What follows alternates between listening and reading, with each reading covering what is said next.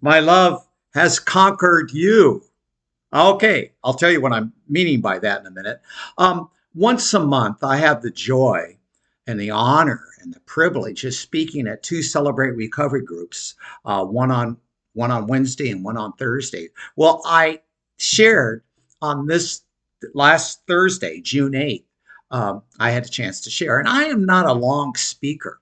Now, this is probably going to go a little bit longer than 1 minute or 2 minutes. I don't think I'll go any longer than 10 minutes. But I wanted to share with you what I shared with them. You see, I got up in front of the group and I really have a good time with them. And a lot of the people that come to this group, they knew me when I was a chaplain in the jail. It's what a joy it is. There they are at the Celebrate Recovery group. So it's kind of like a reunion time. And I said, I was thinking about the heroes of the Bible and how they followed God. And I started thinking, well, do we really want to follow God like they did?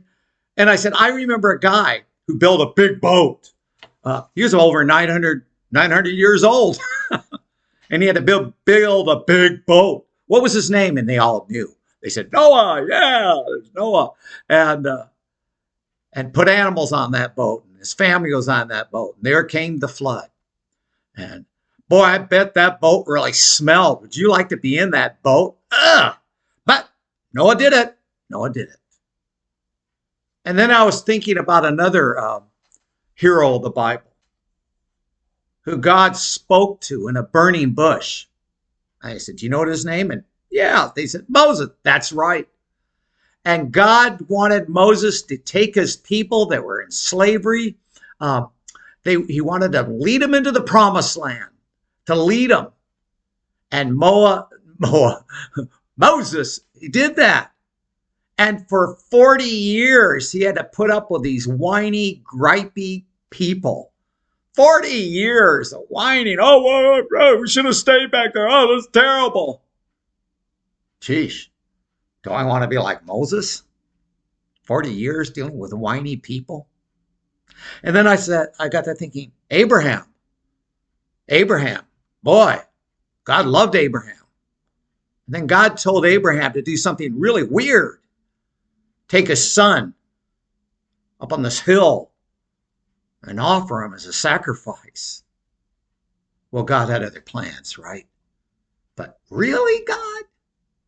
And I was going to talk about Ezekiel. Oh, man. Read some of the things that God had Ezekiel doing, even in his own life.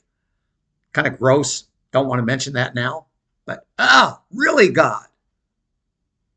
And then what about the guy that in the New Testament, he starts preparing the way for Jesus to come, baptizing people in the Jordan. And then I asked the people, anybody know his name? And actually they said, yeah, John the Baptist. I go, yeah. Well, look what happened to John the Baptist. He lost his head. Really? Do you really want to follow like that guy did? Or what about Peter? I shared with him and sharing with you that I think there's a little bit of Peter in a lot of us. There's a lot of Peter in some of us. And Peter and I are so much alike in so many ways. When we're right on, we're right on. When we're right off, we're right off. I mean, that's just Peter. Legend has it, and it's not in the Bible, by the way, but legend has it when Peter died, dying for Jesus, they were going to crucify him. And Peter said, I cannot be crucified the same way my Lord was crucified. I need to be crucified upside down. And legend has he was crucified upside down. I'm going, really? And I'm looking at the people there that they say they're following Jesus. Do we really want to follow Jesus? Why would we do that? And I shared, one word comes to mind. Freedom. I said, a lot of you guys that were in jail, you knew you were in jail. I didn't have to tell you you were in jail. Some of you in jail would say to me after you started a relationship with Jesus in jail, some or you renewed your relationship with Jesus in jail. That was powerful. You would say to me, I may be in jail, but jail's not in me. And yet, what about people that may go to church every day? I mean, they're doing all the Christian-y things.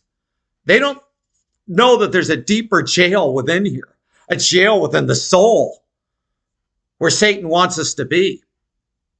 We're under captivity and we don't even know it. And then some of us realize it and we give our life to Jesus. We start a relationship and we are free.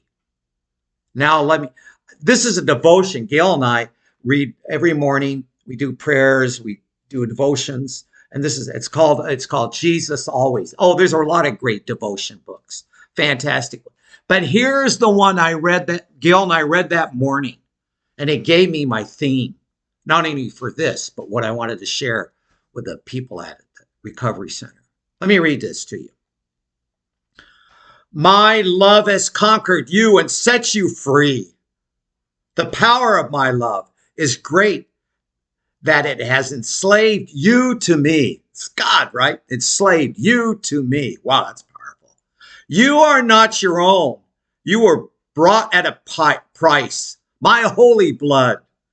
The more you love me, the more you'll want to serve me with every fiber of your being. This service can fill you with heavenly joy as you yield yourself to me more fully. I don't know if the heavenly joy always means, whoa, this is fun. And it is sometimes. But sometimes the joy is we're not happy about it. There's a lot of things going on in this world now that we're not happy about.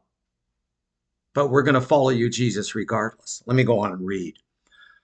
God would say to us, because I am perfect in all my ways, you can give yourself wholeheartedly to me without fear that I might take advantage of you. On the contrary, being conquered by me is what makes you truly free. Wow. I have invaded the innermost core of my being, and my spirit within you is taking over more and more territory. Take more and more territory over me, God. Where does the Spirit of God, where the Spirit of God is, there is freedom. I want you to reflect my glory to others so that I am transforming you into my likeness with an ever-increasing glory. Rejoice in the freedom you have found in me and surrender gladly to my victorious love. Oh, and then it gives you some verses to look at. Romans 6:18, 1 Corinthians 6:19 through 20, 2 Corinthians 3:17 through 18. And just read the whole Bible. But isn't that powerful? Freedom. There are times we are going through tough times, people. We really are. And we're going, God, what's going on? And we ache and we hurt. We get knocked down. And sometimes we get knocked down maybe because, well, we sin and God's going to bring us back. But sometimes we live in a world that knocks us down.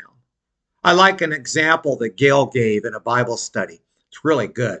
Think of you're looking at a stage and you see the actors, you see the performers, the music, but you don't see what's going on behind the curtain. A lot of things are going on behind the curtain that we may not see. Oh, we may see it someday.